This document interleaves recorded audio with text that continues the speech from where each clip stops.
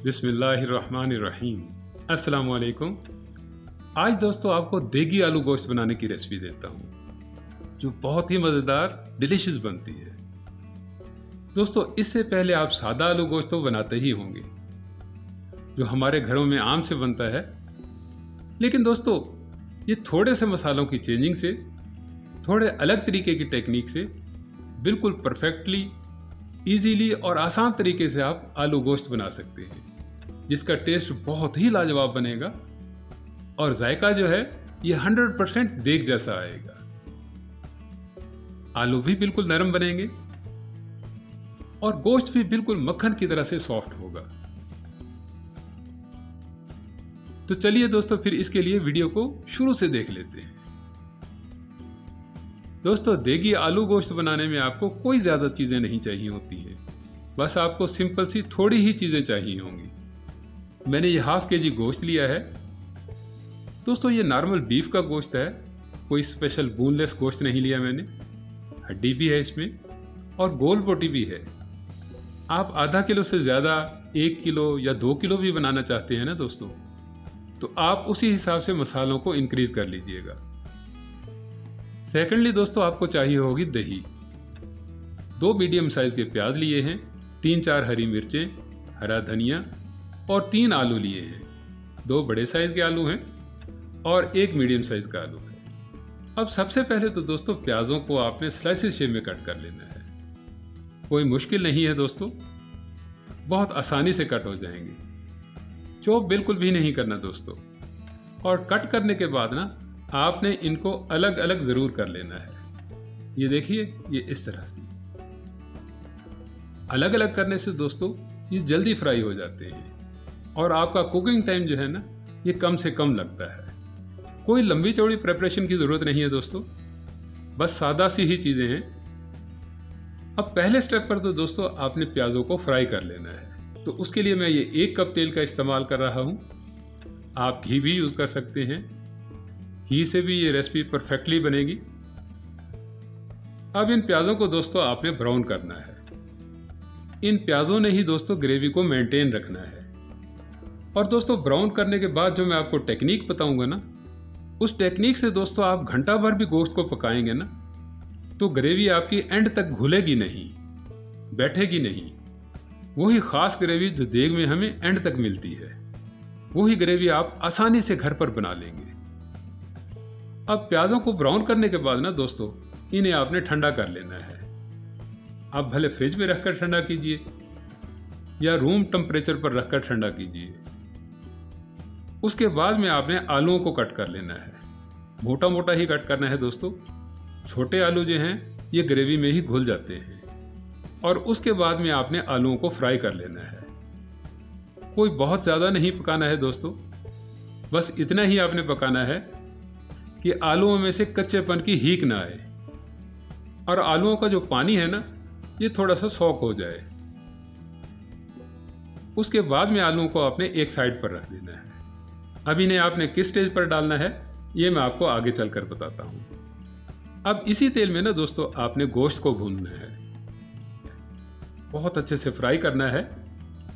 अभी कोई मसाले नहीं डालने हैं आपने, बस सिंपल सा गोश्त को ही भूनना है आपने।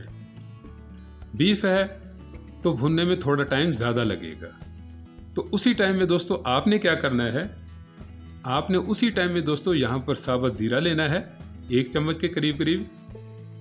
2 बादियान के फूल लेने हैं, 1 चम्मच साबुत सूखा धनिया, 2-3 टुकड़े दालचीनी के, थोड़ी सी जावित्री, 4 हरी इलायची, 5-6 दाने पिपली के। ये आपको किसी भी पंसार स्टोर से आसानी से मिल जाएंगे। 1 बड़ी इलायची लेनी है आपने, 8-10 लौंग के दाने और 15-20 साबुत काली मिर्चें लेनी है। दोस्तों ये सारे खड़े मसाले लेकर ना आपने इन्हें मिक्सी की डब्बी में डालकर पीस लेना है। लेकिन दोस्तों क्वांटिटी कम होने की वजह से ना ये दरदरे से ही पीसेंगे, मुहीन बिल्कुल भी नहीं होंगे।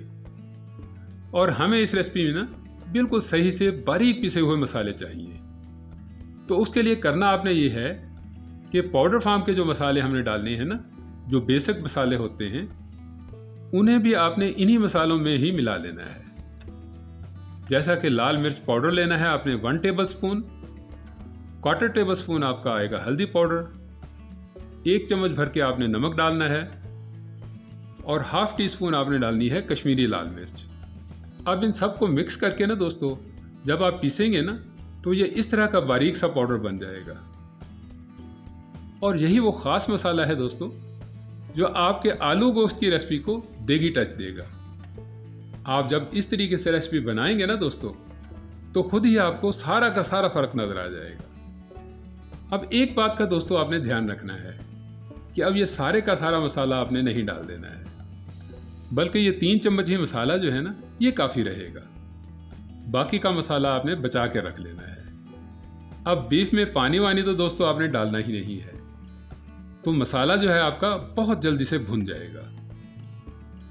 और उसके बाद में जो प्याज आपने ठंडे होने के लिए रखे थे ना दोस्तों, इन प्याज़ों को आपने मिक्सी के जग में डाल देना है और साथ में ही आपने डाल लेनी है दही और बस इसे 1 आध मिनट के लिए ही ना आपने ग्राइंड करना है दोस्तों, ज़्यादा ग्राइंड नहीं करना है। अब थोड़ी ही देर बाद में दोस्तों जब आप देखेंगे ना तो ये इस तरह का पेस्ट तैयार हो जाएगा, बहुत ही शानदार सा टेक्सचर बन जाएगा। और दोस्तों पेस्ट बनाने का यह तरीका ही आपके आलू गोश्त की ग्रेवी को ना घंटों ख़त्म नहीं होने देगा। अब ये वाला पेस्ट भी आपने बीफ में डाल देना है और पानी भी दोस्तों आपने इसी स्टेज पर ही लगा देना है। और पानी लगाने का दोस्तों फार्मूला यही है कि बोटियां गोश्त की जो है ना ये पानी में डूबी हुई होनी चाहिए, ऊपर नहीं होनी चाहिए। ऊपर होंगी तो गोश्त सही से पकेगा नहीं और कच्चा गोश्त जो है ये आपको बिल्कुल भी मज़ा नहीं देगा। दोस्तों अब आपने इसे ढककर पकाना है 25-30 मिनट के लिए और फ्लेम को आपने दोस्तों मीडियम टू फ्लेम ही रखना है, ज़्यादा हाई फ्लेम नहीं करना है और बिल्कुल आराम से इसे पकने देना है। बस दरमियान में इसे आपने स्टर करते रहना है।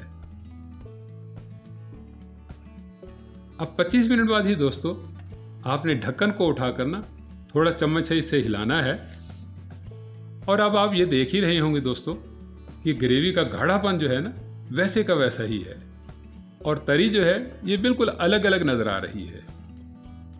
और अगर आप लुक देखेंगे ना तो ये ओरिजिनल बिल्कुल देगी तरह का कलर नज़र आएगा आपको।